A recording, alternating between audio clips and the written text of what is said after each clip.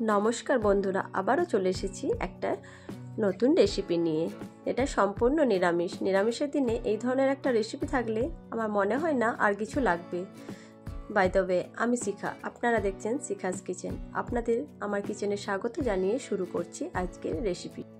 তো চলুন সময় নষ্ট না করে শুরু করা যাক রেসিপিটা। আমি এখানে 1 কাপ মতো মুগ ডাল আগে থেকে সেদ্ধ করে রেখে দিয়েছিলাম। এবার কিছু মশলা রেডি করে নেব। এখানে 1 কাপ মতো দই নিয়ে বেশি কিছু মশলা মিশিয়ে সেটা সাইডে রেখে দিলাম। এবার একটা মিক্সি জারে আমি এখানে কিছু মশলা পেস্ট করে নেব। 2টো মিডিয়াম সাইজের টমেটো আর দিচ্ছি আদা 2 টুকরো মতো, 4 থেকে 5টা কাজু বাদাম টুকরো করে নিয়েছি, আর 2 চামচ মতো মৌরি আর 3 থেকে 4টে কাঁচা লঙ্কা দিয়ে স্মুথ একটা পেস্ট বানিয়ে নেব। এই দেখুন, স্মুথ পেস্ট বানিয়ে নিয়েছি। এবার এগুলো সব এক সাইডে রেখে একটা কড়াইয়ে তেল গরম করে তাতে 1 চামচ মতো জিরে, 2 থেকে 3টে কাঁচা লঙ্কা ছোট ছোট করে কেটে নিয়েছি, আর দেবো টুকরো করে রাখা কারি পাতা। এগুলো ভালোভাবে ফ্রাই হয়ে গেলে আগে থেকে টুকরো করে রেখেছিলাম কতগুলো বাদাম, এগুলো কিন্তু কাঠবাদাম, এগুলো সবগুলো একসাথে ভালো করে ভাজা হয়ে গেলে এবার দেবো 1 চামচ মতো হলুদ গুঁড়ো আর দেবো 1 চামচ কাশ্মীরি লঙ্কা গুঁড়ো। এবার ভালো করে ভাজা হয়ে গেলে এবার যে মুগ ডালটা সেদ্ধ করে রেখেছিলাম সেটাও এর মধ্যে দিয়ে দেবো। ভালোভাবে মুগ ডালটা মশলার সাথে ভালো করে ভেজে নিতে হবে। দেখুন বাটির শেপ চলে এসেছে। বাটির মধ্যে রেখেছিলাম গরম মুগ ডালটা, এভাবে ভেঙে ভেঙে নিতে হবে, ভালোভাবে ভেজে নিতে হবে। ভেঙে নিয়েছি পুরোটা। এবার এতে পরিমাণ মতো লবণ দেবো, আর লবণ দেওয়ার পর আবারও ভালোভাবে ভেজে নেব। ভেজে নেওয়ার পর যখন দেখবেন যে কড়াই থেকে ছেড়ে আসছে, এই দেখুন এইভাবে কড়াইয়ের গায়ে লেগে থাকছে না, তখন জানবে ভাজাটা আমাদের ভালো মতো হয়ে গেছে। এবার নামিয়ে একটু মতো ঠান্ডা করতে দিই একটা প্লেটে। এইভাবে সমস্ত পেস্টটা এইভাবে ঠান্ডা করতে দেবো। এটা ঠান্ডা প্রায় হয়ে গেছে। এবার এটার মধ্যে শেপ দেবো, হাতে একটু তেল লাগিয়ে নেব। এবার বেশ আঙুলের মতো এটাতে শেপ দেবো লম্বা লম্বা। দেখুন শেপ দেওয়ার সময় কিন্তু কতটা স্মুথ হচ্ছে, দেখুন ফাটা ফাটা ভাব বা কোনো কিছুই তো হচ্ছে না। এই দেখুন সুন্দর শেপ আসছে। এভাবে একটা পাত্রে রেখে দেবো, বাকিগুলো এভাবেও বানিয়ে নেব। দেখুন আরেকটা দেখিয়ে দিলাম। দেখুন এইভাবে শেপ দিয়ে দিয়ে বানাতে হবে। এভাবে সমস্তগুলো বানিয়ে নেব আমি।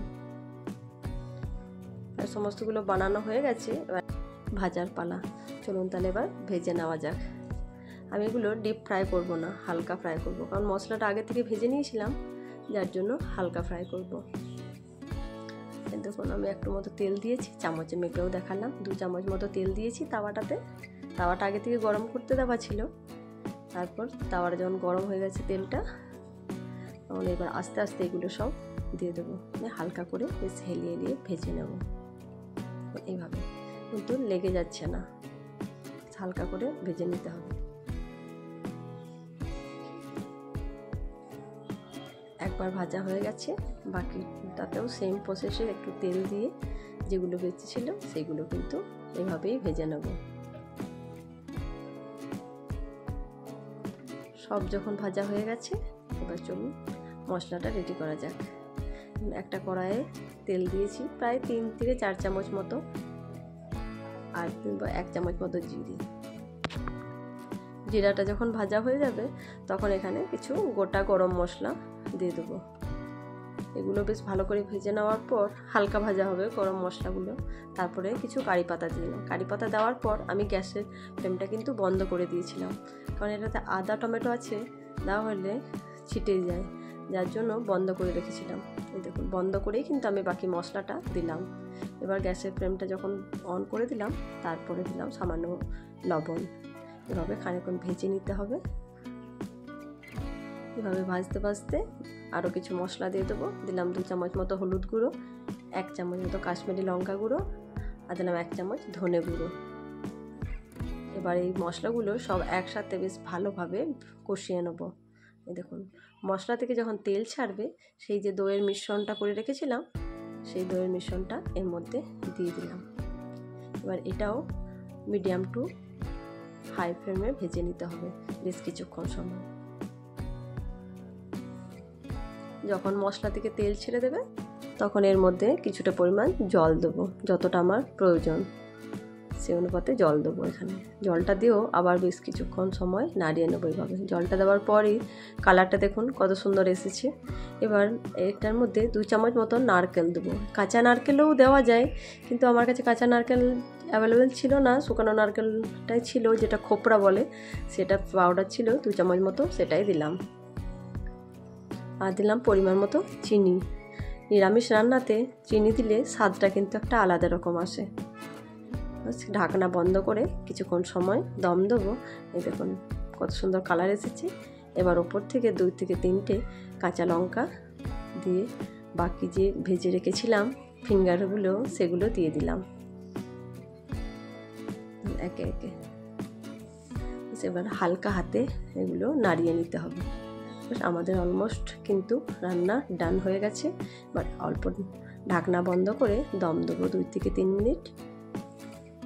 2 থেকে 3 মিনিট দম দেওয়ার পর দেখুন কত সুন্দর কালার এসেছে। আর লাস্ট ফিনিশিংয়ে 2 চামচ মতো ঘি আর একটু ঘিয়ের মধ্যে হিং দিয়ে গরম করে ওপর থেকে দিয়ে দিতে হবে। এবার সার্ভ করার জন্য আমাদের রান্না কিন্তু একদম রেডি হয়ে গেছে। রেসিপিটা কেমন লাগলো অবশ্যই জানাবেন কমেন্টে, আর বাড়িতে একবার হলেও বানিয়ে খাবেন। সত্যি বলছি, নিরামিষের দিনে এই ধরনের একটা রেসিপি থাকলে আর কোনো কিছু লাগবে না। তো চলুন আজকে এই পর্যন্ত, আবার দেখা হচ্ছে নতুন রেসিপি নিয়ে। দাঁড়ান আপনাদের একটু কেটে দেখাই। এটা এই দেখুন কতটা স্মুথ হয়েছে, প্রত্যেকটা কিন্তু লম্বা লম্বা একদম গোটা উঠেছে। কতটা সফট রুটি বা ভাত যে কোনো কিছুর সাথে খান। টাটা।